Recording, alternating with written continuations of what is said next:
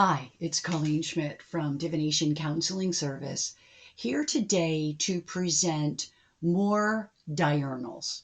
So I'm actually going to have to split this into two videos. The first video that I'm going to do will be just mundane astrology. And so basically what we're going to do is we're going to look at somebody's day in comparison to their chart. There were some strange things that happened that day, and I thought it'd be a great example.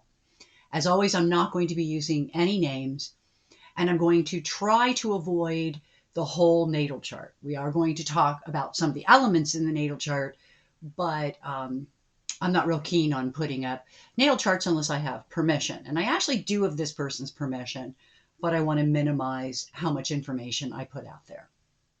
The second chart that we're going to look at would probably end up being another video, is going to be a lottery winner. Unfortunately, this lottery winner did not know that they had won until like 2 or 3 weeks later. So I had to use 3 dates, which is one of the reasons why I do not want to do the 2 videos together, because that video is going to be a little bit long. So with that said, I want to say thank you for watching the video. I want to say thank you to all of my subscribers. And thank you for helping me build this channel. And also thanks for the people that have actually donated. So small channel, but that's a great thing. In any event, if you're not a subscriber, I hope you'll consider becoming one. And in the meantime, if you would like, share, particularly comment, I would love to hear from you. All of my work is very educational. And it would be really a wonderful thing for anyone else to chime in on what I have already begun. So with that said, we're going to be looking today at a very mundane chart. And just very briefly, what had happened was this is a person who is training for a new job, but their trainer was called away. So they actually had to work the job by themselves for the first time without literally having finished training. So I thought, well, that's a mundane chart. And one of the things I really want to show all of the people how to do is doing these charts for mundane factors. In other words, when I was studying, I called them daily angles, but they are diurnal charts. And when I was studying them for years and years, I did them every day because I learned so much about how to read a chart in a more subtle manner. And one of the things I'm going to do with this particular chart is really highlight the fact that what was happening at that moment, that day, that time, though it was happening to our person, it really involved someone else. And I think that that's the most difficult thing for people to separate when they're doing an astrology chart. When is it, especially a diurnal, okay? Because a diurnal is just a chart of a day. But is it your chart for the day, or is it really someone else's chart that affects your chart, which is what we're going to be showing here in our first circumstance. Obviously, the second circumstance is a lottery winner, so it's a completely different ball game. And I really needed to show the distinction between the two. So with that said, I'm going to jump on here, and I'm just going to throw up the diurnal. So the very first part of what we're going to do is we're going to look at this diurnal. First, we're going to look at the diurnal in terms of its daily angles and, the house cusps and all the things that we do. And I happen to know that for a fact, this is a very accurately timed chart. The natal chart was, which means that all the diurnals based on this particular person's chart would always be really fine-honed in terms of the time. So I wanted to show that, and we're going to go through that. When I'm completed that, because I don't want to throw the whole natal chart up there and then begin to go back and forth, what I thought I would do is throw up one of my pages of notes. There are several, but this is the page where I put the accumulated notes, and all in glyph. And I do want to warn you ahead of time, as I uploaded it and looked at it, I used 2 different colors of one. I always use pencils. So I used a regular pencil, which of course shows up very nicely and you can see that, but then I used a green pencil. And the green pencil, I'm going to have to reiterate that with you because some of it is, I mean, you could see it, but it's kind of weak. So I do want to apologize for that. I'm going to have to figure out another method, maybe use pen and pencil. I'm not sure, but somehow I have to separate these charts. I'm going to do the same, but when we get to the lottery winners chart, we're literally going to be looking at 3 days, 3 columns. So the first one we're going to look at is 2 days, 2 columns. The day you're born, the day that we're looking at. That's normally how you do it. But in the case of lottery winners, they do not always know on the same day that the drawing is pulled. So I wanted to bring that up, and that would be the following video.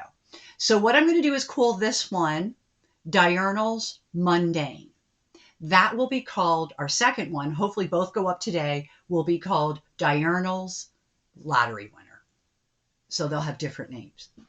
So with that said, let's go ahead and look at, first of all, this chart. And this is a mundane chart. And what that means is that things happen because things happen every day. But it's not somebody winning a lottery. There were no contests. This was just some really unexpected things that happened to somebody while they were training on a new job. So let's check it out. So we have before us the chart, okay? And I do just want to talk about a couple of things. First of all, whenever I look at a diurnal, I have like a little system that I follow. And I want to point out that it's almost 18 degrees. Okay, so this Hidalgo, not speaking up, is going to be a factor. Okay, so we want to talk about that. We also want to talk about, because the chart is ruled by Scorpio, or then the planet would be Pluto. Okay, I go by modern rulers. You could go Mars, but I don't, because I use Mars for Aries. So when it comes to working with the diurnals, I use modern rulers. So what I would do immediately is go to Pluto.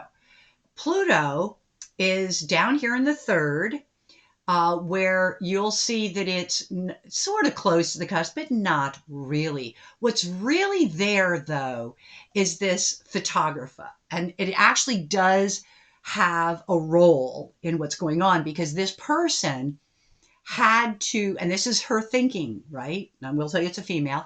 This is her thinking right here.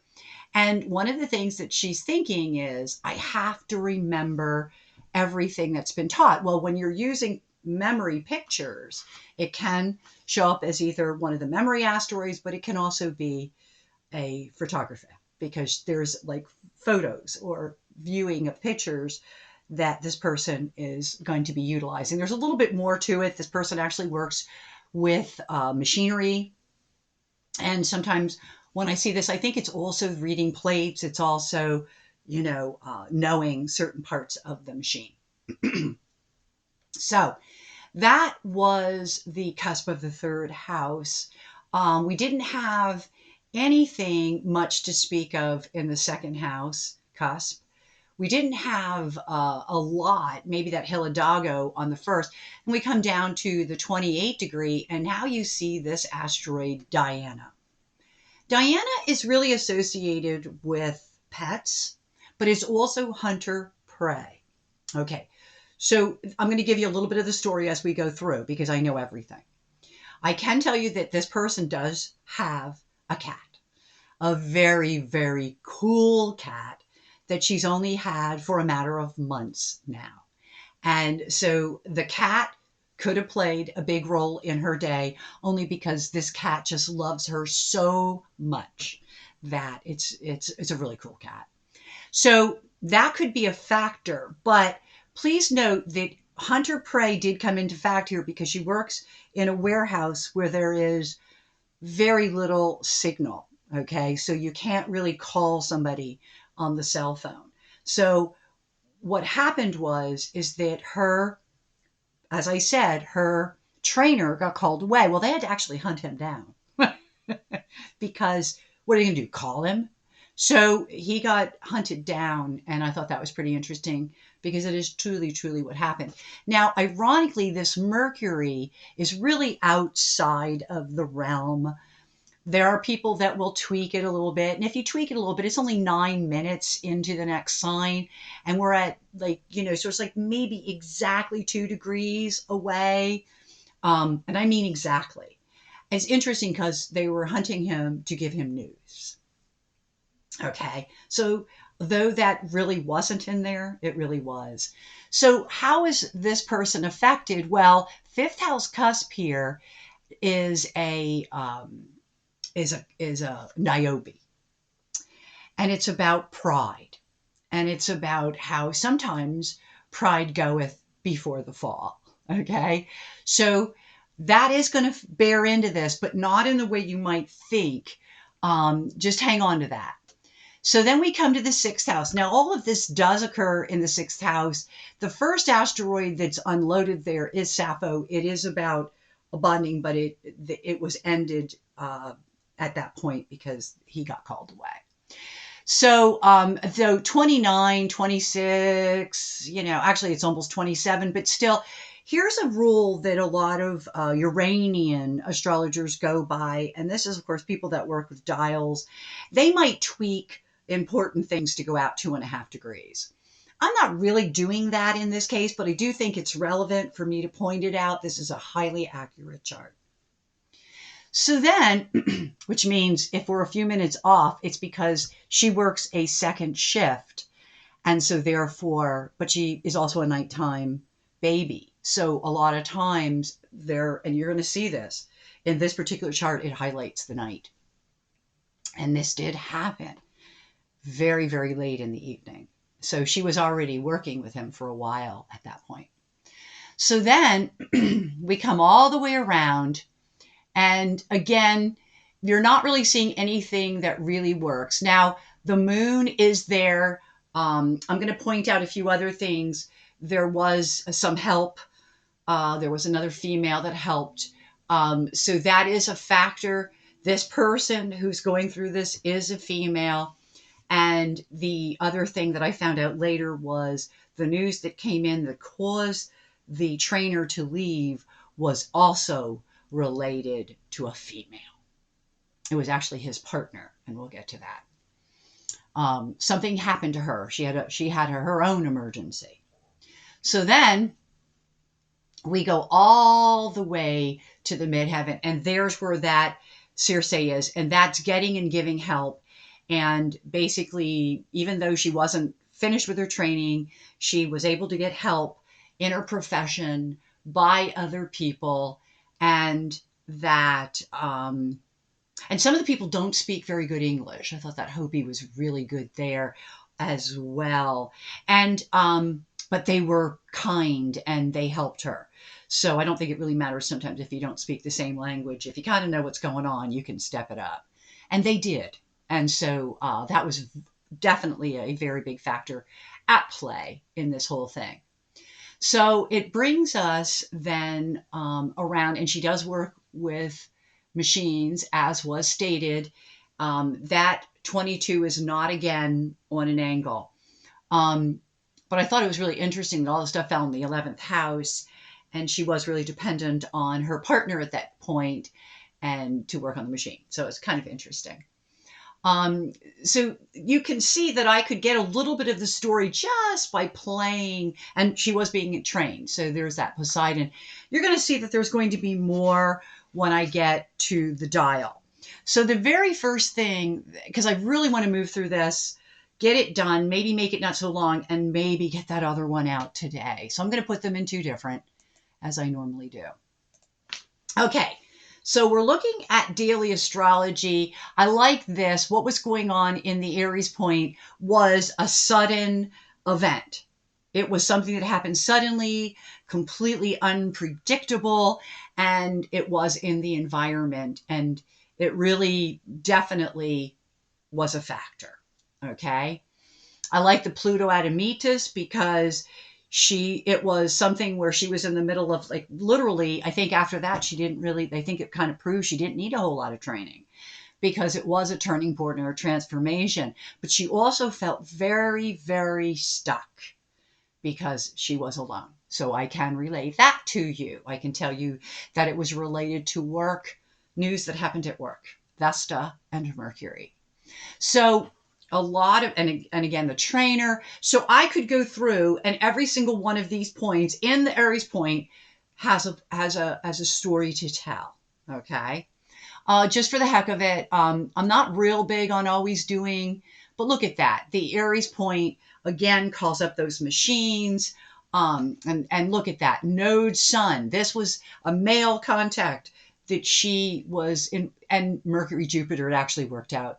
I mean, Midheaven Jupiter, I'm sorry. It actually worked out really well for her. Okay. So it was all a part of a turning point, worked out really well. And I'm going to, nope, it didn't go back. Okay. I just wanted to, here we go. I want to switch this just to go by minutes so that you can see it exact.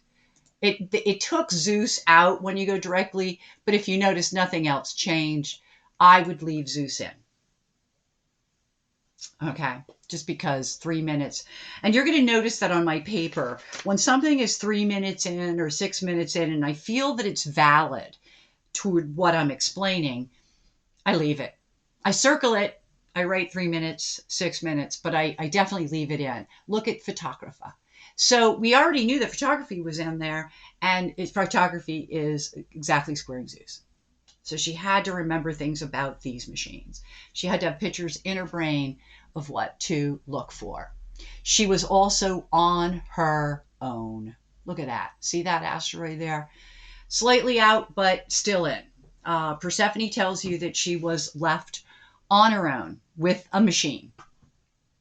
Okay, and that was just Aries point. And I did not do the detailed asteroids on the Aries point, but I will tell you, I don't always spend a lot of time on the Aries point, but sometimes I like to take a peek just at what's in the chart. I might not go pick up the rest of the asteroids unless I see something here that would make me curious, and then I'd go back and look. I'm going to say it does happen sometimes. So one of the things that I did was, let's go back just to look at this. And we're seeing a 1755 degree of ascendant. And we're also seeing here a 2841, and they're both fixed. Okay. So just so that you see that, they're both fixed signs. That's sort of how I play the math. So when I go to the dial, I'm going to begin down here in our fixed, and I'm going to start with our ascendant, which again, I'm going to have to go back. I try to go back for the exact points. I like the Mars ascendant. I like the Venus Adamite. I also like the Venus ascendant because people were really good to her that day. That's what I was told. And they all work for the same company. Okay, so I thought that was really, really interesting how it all played out. I am going to tell you that there's an Eros and a Valentine in this. There it is. Those you can see on here. I'm going to get to a lot that are not on here. At first, I thought, oh my goodness, somebody had a heart attack. Also because, just let me show you this really quick. There is a... Oh, we're going to get to it later. Requiem does not show up on my list of asteroids. I apologize. Well, the Requiem was actually on the midheaven. Now, the good news is that people don't die with Requiem. It's more likely with Orpheus. But when I first saw it, I was like, oh my gosh, this is very serious. Hopefully this does not. No, but I do believe that something was seriously wrong, possibly with the heart or with the blood flow, because there was dizziness. She was indeed taken to the hospital. And this was this man's significant other. So I did want to point that out. I don't know that it was heart or blood related, but it is kind of suspicious when you consider the lightheadedness. And she did have to spend the night overnight in the hospital. So I wanted to point that out. Now, the other thing that we're going to do with this is you would take 1755 to 55, which would be where that Eros is. Okay. You would then do your 2230 for this, and it would come to 2525. I have all this written down because I couldn't remember. And I think that would be about there. Oh, almost right there. And let's go back. So there's my points. Look at this. Pandora. Got to be logical. Look at the surprise during academia. So you're learning, a surprise happens. You've got to be logical. But I have to admit that this is not only exciting, but it's also going to complicate things for her. Okay? She did fine. But I do want to point that out. So what I do is I gather all these numbers. I don't always take all the asteroids down from here because I'm going to go back through a whole list of them, which I'm going to show you in a minute, and they're all going to be there. Now, the other area that we're going to be looking is here, 28. It's actually 41. You can see that I go over by a few minutes, and then I just bring it back just for my sake. Look at this. Right there is this asteroid's called Calypso. And Calypso is telling us that she doesn't know what's going on. And trust me when I tell you, she did not, which is one of the reasons why I thought it was really interesting to do the chart. She did not know what happened. She did know that there was some chaos, that they were hunting for him. There was a message for him, and that she was of getting help. So all of that's in there. But it also talks about how it's almost destined, and it talks about partners. Now, is it her partner who got called away, or the fact that it was his partner that he was called away for? Because what had happened to her. And astrology means all it can. So I should say that. So just to keep this moving, I would use the 2841, and I would also be using 1341, which is the number that we have on the other side. Okay? 41. So I would go to that exact point again, and you'd see again, Node Adamitos, she's alone. Node Adamitos means there's not many people around. Okay. So you see that this affects the midheaven, and she does well even with the unknown. Okay. So it's pretty cool stuff. I really like this. So I would go through and do that. And then the counterpoints are 611 fixed, which is down here. I think it's right near, no, it's not near Venus. It's really over. I'm not sure if Venus showed up in hers or not. So it would be 611. All right. There it is. Okay. Yeah. Hades shows up with the ascendant. Yeah, she's working with machines that break down. That's why she's so paranoid. Okay. But she does fine. She's very guarded. She does fine.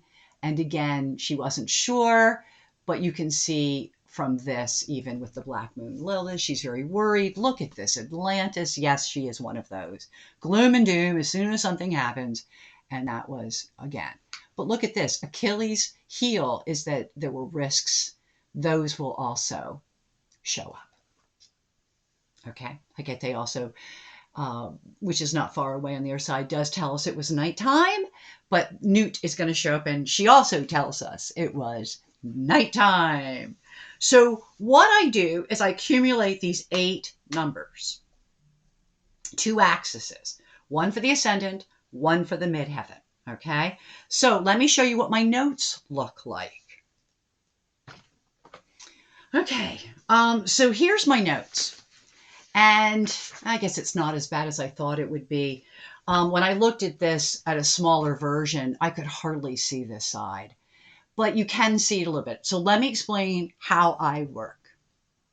I took those 4 numbers, and they're on tiny square bits of paper. Just these tiny little bits of paper. You see that? Hopefully that shows. Okay? So I have this tiny piece of paper with all of my numbers on it. And then what I do is I go through my list, which has a lot of asteroids on it, and planets and trans-Neptunians, and then I go through and I put down what works. Now, 2 things I want to point out before we even look at this in greater detail. Notice that the midheaven has a lot more going on than the ascendant. That's because I want to point out that a lot of times, not always, But a lot of times, when things happen, and it's really more related to what's going on, maybe even because of other people, might show up more at the midheaven. Okay. You have to have, and you're going to see this even more when I get to the lottery winner, you have to have a lot of connections between the natal chart and the diurnal. The fewer the connections, the less likely that the day would be something to be concerned about. So let's look at some of this. Now, it doesn't all apply. This is one of the greatest, it all applies to the day, but it may not apply to this particular circumstance, as I explained about the cat. Okay. It was in the chart because, of course, he's in her life. Okay. But he doesn't necessarily have anything to do with what I'm looking up, right? So let's talk about what did show up. All right. So lust is an excitement. Okay. But it's also an organic kind of thing. So I used it. I think she was excited because somebody got called away. She was forced to make a plunge. Eros shows up for several reasons. First of all, because I think it has something to do with what happened that isn't as obvious. But it also has to do with the fact that I think that when this happened to our person, she was having anxiety about it. She is somebody who also has anxiety. And so I think that also was Eros. She did take the plunge. He did get called away during her education. She felt like this was going to be it. She was very overreacting. If you knew her, you would be dead on. Lee shows up. Now, I do want to point out something. They're both retrograde, so I don't think her overreaction was overt. Probably no one knew. I knew, but I don't think anyone else did. I also think that, this sent her everything. Okay, everything that she's going through is, she works for a huge company. And I do believe there's something here that's going to tell us that. Let me see if I can find it. I don't know if I actually wrote that down. Yeah, here it is, banks. Okay. She works for a big company. Okay, so big money is banks. Of course, it's big money. She gets paid well. It's a huge company. Okay, so the way that you inquire about jobs, the way you get jobs, the way you switch jobs, because they have thousands of employees, many buildings, the whole 9 yards, you would do it online. Okay. So my feeling is that while this is going on and she's in training, she's also thinking about what other jobs she might like to do, what other buildings she might like to work in, and most particularly what other shift. Okay. So that's all related. Prior is telling us that all of this is dependent on prior knowledge. It's also talking about the prior is related to all these retrogrades. So there's a lot that prior relates to. And one of the things that I always like to reiterate about astrology is everything means all that it can. So today, this might make sense, but 2 weeks from now, something else may make sense. Okay. It was a surprise. That's what that little box is. I'm not the best artist, even with glyphs. Okay. But there was some real aha moments of truth that occurred during this time. And one of them was that she really is good and didn't need training as much anymore as she thought. Henderson is because while she's training, she's not real social with the rest of the people because she's so new. And so there is, because she hasn't really gotten to know anybody and now she needs help, she has to depend on other people to step up. And Henderson is an antisocial asteroid. I can also tell you that this person is somebody who is social, but never in the beginning. Okay. Valentine acts a lot like Eros. So that's all I'm going to say about that. Soma is related to the body. And I'm going to tell you right now, it's a very physical job. Okay. It got complicated because it was her education. Newt tells us it all happened at night. The nemesis is that it did happen at night. Even for the poor lady that went through it, even for him, because it was, oh no, it's at night. Okay, a lot of things tend to happen at night. And it was important for everyone to stay logical. So as in the ascendant, you know that this is an ongoing part of Sheldon is again the body. She's just beginning this. Nakbar is your neighbors, and those are the people that helped. This was completely unexpected. Pythia is, the whole night was going as she expected, the way it was supposed to, and all of a sudden it didn't. And that's how Pythia works. It's like you're intuitive, you know what's going on, but the outcome is probably not what you expect. That's what happened. So we have Soma again, Sheldon, Soma. The sun, it affected her day, so she's affected. Her body, she's doing more work, and it was a man. So there's a lot there. I like this, though. It was at the end of the evening. And I think that's really important. It was also at the end of her training. So ironically, the training never really, I think that she kind of moved faster after this. I think he might have worked with her one more time, but I think he even got called away then to help somebody else. So here we go. That was really the ending. You know, the South Node Venus thing I think is the way that she saw the situation. It was like an oppressive situation for her.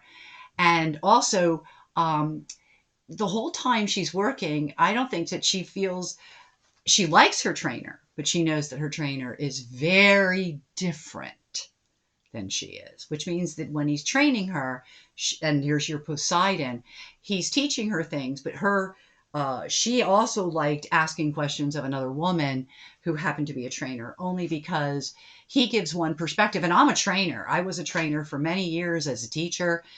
It is always, especially in something like I was teaching dance, I wanted them to have more than one teacher. I wanted them to have more than one perspective. And I know how important it is when you're learning something to not just learn one way. Okay. So that was really important. And then just going through all of this, she did not know what was going on. It was a health factor. This person ended up in the hospital. She did get instruction and she did get help, though it is retrograde. I don't think she needed that much help, which was weird. The Demeter, I'm not quite sure how that showed up. It could have been something that happened after their lunch break, which would be a dinner break for sure. And it was a messenger. It did come from the above, but he's also above her.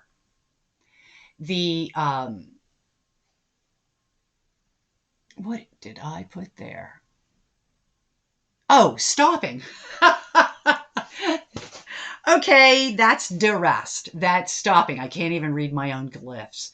And that is exactly what happened. He had to stop. And it really did stop the training overall. And the Vipera is that it did stop it. But Vipera is that the partner had to leave, the partner. And because somebody was ill, the partner was ill, we could go back and forth. It means everything it can. Aurora is like Eos. It's like it just made things crazy, chaotic, which then made her feel very gloom and doom. This is never going to work. It worked fine. Remember, she over-exaggerates. And then it's Icarus for taking risks and chances. I don't know how lie showed up. I don't know where the lie was. I do know that she had said that he was very angry about, I guess, what machine they were working on. And so her feeling was that perhaps, he just left. That's not what happened. We found out later. But how interesting, right?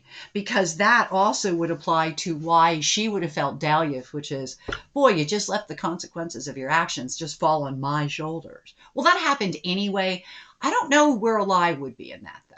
So I'm going to kind of explain to you how some things work and some things don't. Were there people there that were like, probably?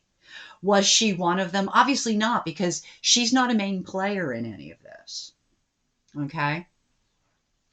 So Schlecht is just, again, telling you that things were bad, or at least she felt they were. Oh, things are horrible, terrible, and awful. Well, that's also Atlantis. Okay. Natally, honestly, it was all justice. And it was about shortcuts. It was like shortcutting her training.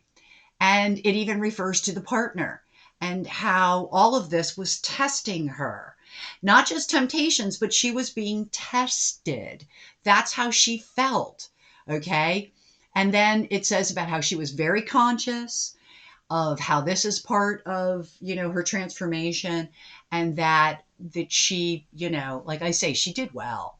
And Abundantia tells you that. Williams tells you, though, that she was fearing that she would ruin it for herself, that she would somehow be taking actions that were self-destructive. She didn't.